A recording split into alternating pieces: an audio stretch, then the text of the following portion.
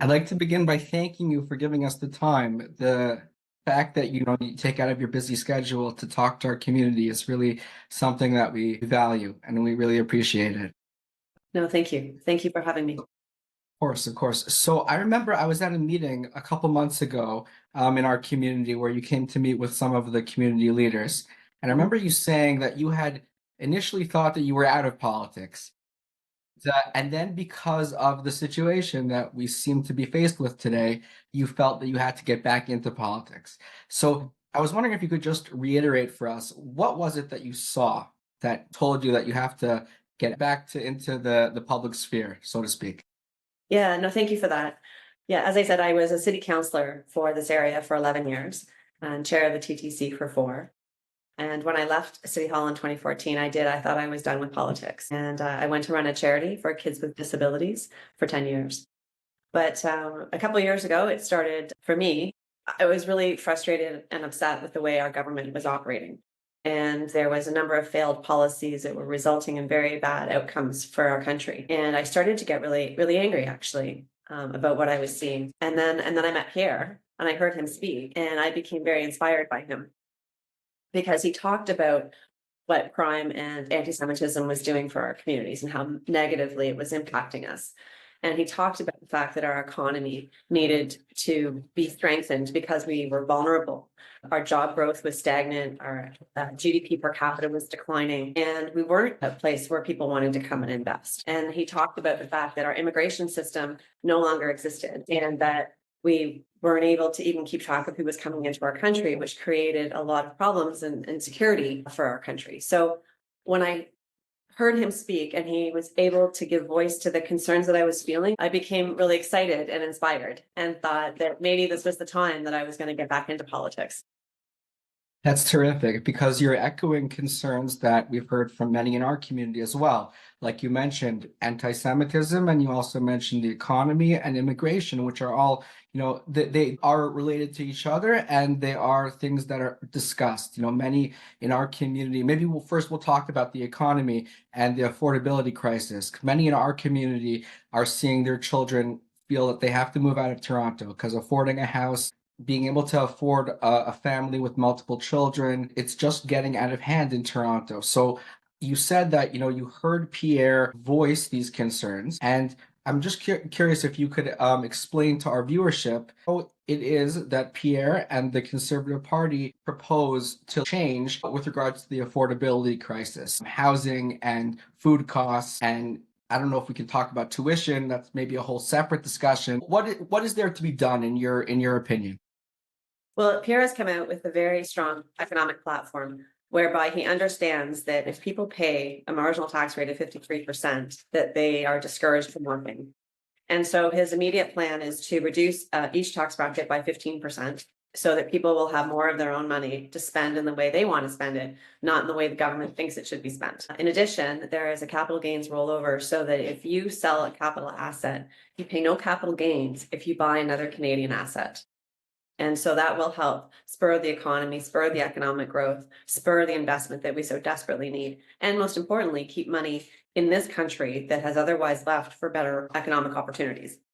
And It's definitely very, very important. In our community, the norm, so to speak, is to have at least 4 to 6 children, which is not necessarily the norm in other communities. I think I've heard from some people in the community, they've said that they've discussed with government officials the ability, the possibility of increasing the Canada Child Benefit. Has that been discussed? What are your thoughts on that?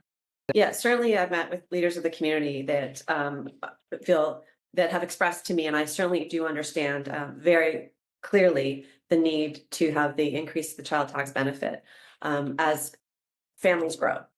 And Mhm. because each additional child, again, um, is an expense, of course. I mean, they're welcome and that's the goal of every family is to grow. And children need to be educated. But with that comes expenses, and the government needs to be mindful that as communities and families grow, there needs to be additional support. So I've certainly heard that loud and clear from the community. And once the full income tax is reductions are implemented, then there'll be another discussion with the community about what else is needed.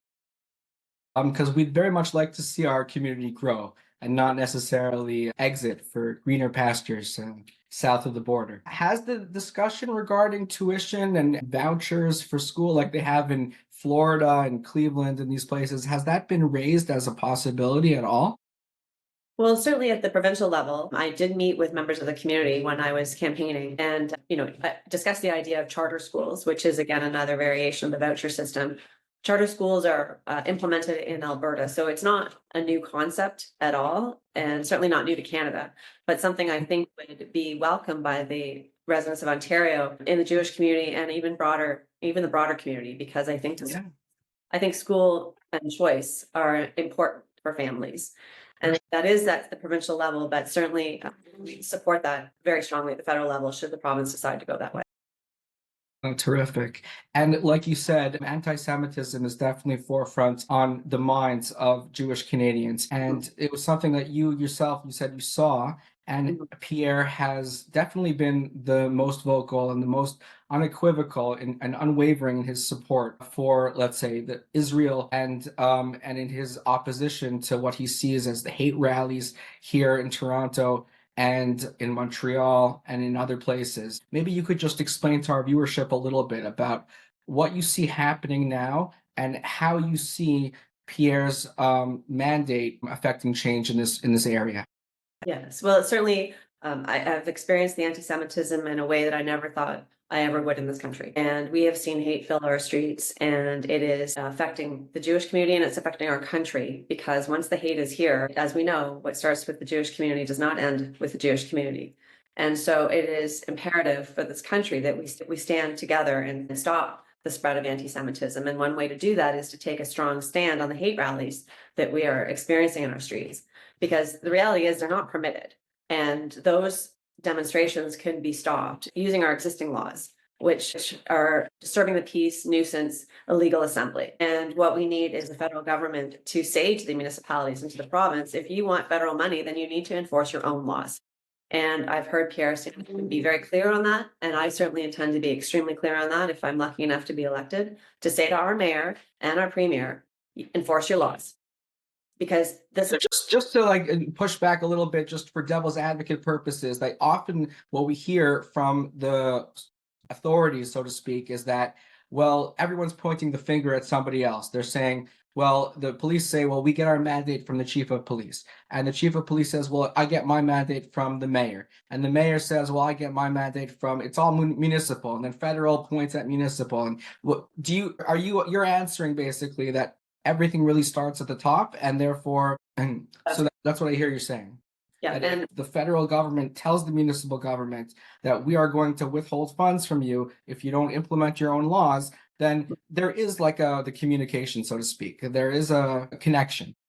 absolutely. And we have seen a government that has not been clear what side it's on in this, and it's impacting the community very negatively. And when we have even this, the new prime minister who's only been there 5 weeks, who had a chance to do something differently, chose to continue on the same path by, committing funding to UNRWA, by $100 million to Gaza, and then suggesting that Israel is somehow involved in genocide. All of those statements indicate that this government is not willing to make a change. So a changed government is a conservative government, and a conservative government will be very clear that UNRWA will not be funded. The Canadian government does not fund terrorism, that we will not support municipalities if they don't enforce their own laws, because at a minimum, government's job is to protect the citizens that it's elected to serve. Indeed. So, to my understanding, like from what I read and what I see in the media, is that a lot of the anti-Semitism and left-leaning ideas they emanate from the universities, the left-leaning professors and student groups. Would you agree that the universities are the source, so to speak, for a lot of this ideology that we see in the hate rallies, and is there anything that the federal government is proposing to do with regards to the universities that do not protect its Jewish students and foment hate? Yeah, yeah, most definitely. We've seen in certain parts of the country more than others the absence of governance at the university level to address the systemic hatred that is infecting their campuses. And we've seen it through encampments. We've seen it through the permission given to students to bring hate through the hallways and through the campuses. And even when the Liberal government had a chance to condemn anti-Semitism at York University, they chose not to do it and instead run out the clock. And so that gave permission to universities to not take a strong stand. And a conservative government will say to universities, you need to, again, implement your governance properly so that you don't allow hate on campuses, so that you can protect free speech, but don't break the law. And again, the federal government has levers in terms of funding and what we will fund and what we're prepared to fund based on the universities addressing the anti-Semitism and the hate that's on their campuses. Well, okay, we definitely appreciate that very much. What would you say to the situation of the polling and the race right now? Like if someone's, saying to themselves, like, does it really matter? Does my vote really matter? Will it make the difference? How would you inform our viewership about that every vote really does count? Yes, I couldn't underscore a more important message in this election than every vote counts. This is the most critical election that I've seen in my lifetime, and this will determine the future of our country. And so if there was ever a time to cast a vote, it would be in this election. The polls, again, don't make sense to me because what I'm hearing on the ground is a strong desire for change that cuts across many communities, the Jewish community, the Italian community, the Filipino community, and others that just see the last 9 years have been really, really difficult and really hard. And the only change option is the conservative government. And there is a rally around change and a rally for a brighter future. And so I would encourage everybody who thinks that there could be a brighter future and believes in that they need to go to the polls and vote.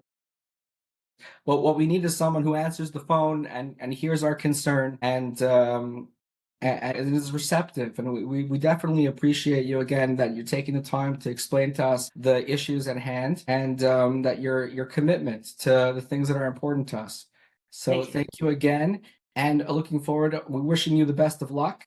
Thank you. And if elected, I just want to make sure my pledge is heard, that I want to work hard for this community and continue to advocate on their behalf. Thank you very much, Karen. Take care.